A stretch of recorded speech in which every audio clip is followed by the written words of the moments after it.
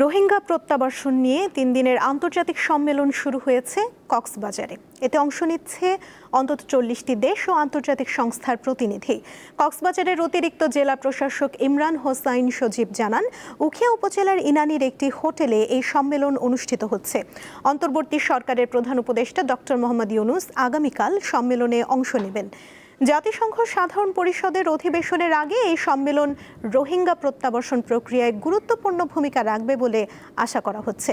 পররাষ্ট্র মন্ত্রণালয় ও রোহিঙ্গা ইস্যু বিষয়ক হাই রিপ্রেজেন্টেটিভের দপ্তরের যৌথ উদ্যোগে আয়োজিত এই সম্মেলনে থাকছে 5টি অধিবেশন। সম্মেলন স্থলের বাইরে আছেন সহকর্মী হারুনুর রশিদ, তার কাছে জানবো সবশেষ তথ্য। হারুন, সম্মেলন কখন শুরু হয়েছে আর এতে কারা অংশ নিচ্ছেন?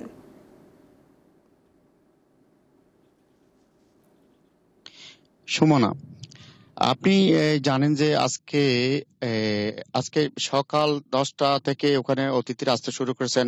কক্সবাজারের ইনানী বে ওয়াস হোটেলে বসছে আন্তর্জাতিক রোহিঙ্গা সম্মেলন। এই সম্মেলন 3 দিন ব্যাপী সম্মেলন চলবে। তবে আগামীকাল উপস্থিত থাকবেন বাংলাদেশ সরকার অন্তর্বর্তীকালীন সরকারের প্রধান উপদেষ্টা ডক্টর ইউনূস সাহেব।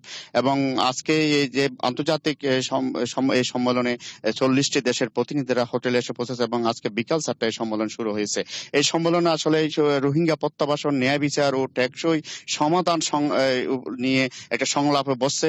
রোহিঙ্গা পরিস্থিতির উপর উচ্চস্তরের সম্মেলনের সমাপ্তি শীর্ষক জাতিসংঘের উচ্চ প্রতিনিধিদের কার্যালয় বাংলাদেশ পররাষ্ট্র মন্ত্রণালয় আয়োজিত এই সম্মেলনে 3 দিন ব্যাপী এবং রোহিঙ্গাদের যে অভিজ্ঞতা ও প্রত্যাশার কথা শোনা হবে।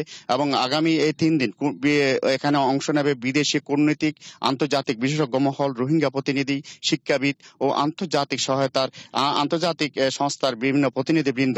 এখানে প্রায় 5টি বিষয়ে আলোচনা হবে। তন্মধ্যে বিশেষ করে মানবিক সহায়তা, রাখাইন রাজ্যের উন্নয়ন, প্রত্যাবাসনের জন্য আত্মবিশ্বাস তৈরি করা, ন্যায় বিচার নিশ্চিত করা, টেকসই সমাধানের কৌশল নির্ধারণ করা।